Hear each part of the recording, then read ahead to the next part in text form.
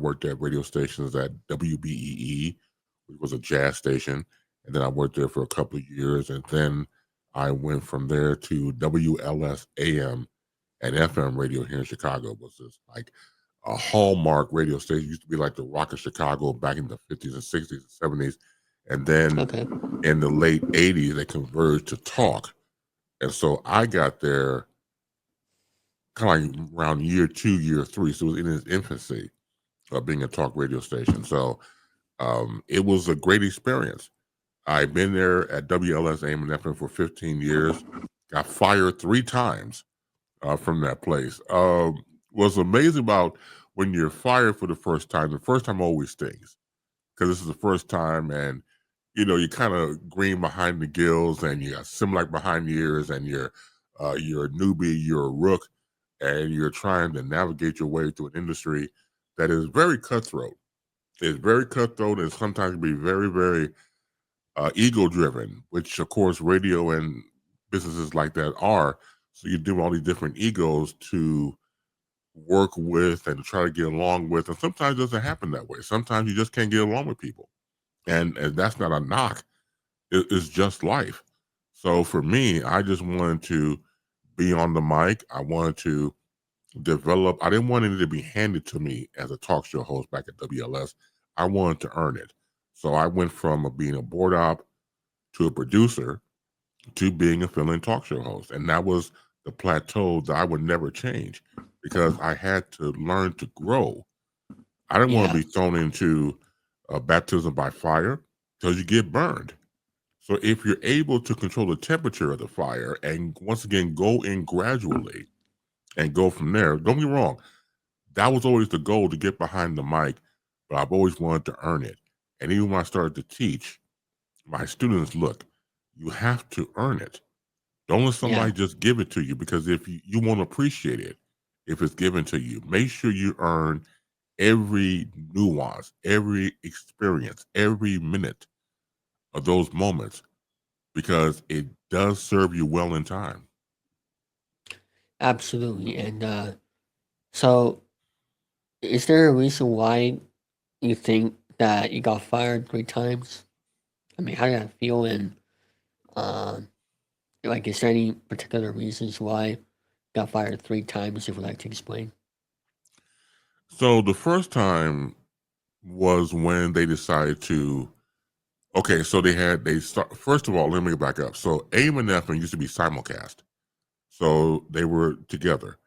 Then they decided to branch off and create a separate FM talk station. So some of us were on the AM, we were brought to the FM to produce behind the scenes and go from there. And so after 1 year of a dismal failure, the company decided to break off the FM and give out severance packages to the people that they were letting go and fire. Now, traditionally, I don't know about now, we're talking about back in the day in the 90s. Traditionally, producers don't get fired because producers could adapt. A producer can adapt to whatever the situation is and go from there. So when they were getting rid of the the FM talent during that time, I was the only producer fired. And the reason why, I always believe, because it was personal. I didn't get along with my boss. He hated my guts. I hated his guts right back.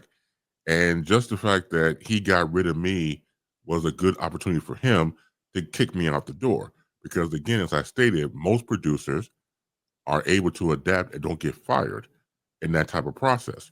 The FM talent had to get fired because they didn't want to invest any more money. They decided to let them go, once again, severance packages, and I was let go too. So that was the first reason why I was fired. The second reason, dealing with management again, the second time, once again, I believe just from me getting fired, was the fact that they wanted to downsize the staff by that point. So there you go again. I'm out the door again. And for the third time, I was brought back in because the FM at that time was playing Christmas music and needs somebody to play the Christmas music overnight I've and heard help about that. program that around the holiday season.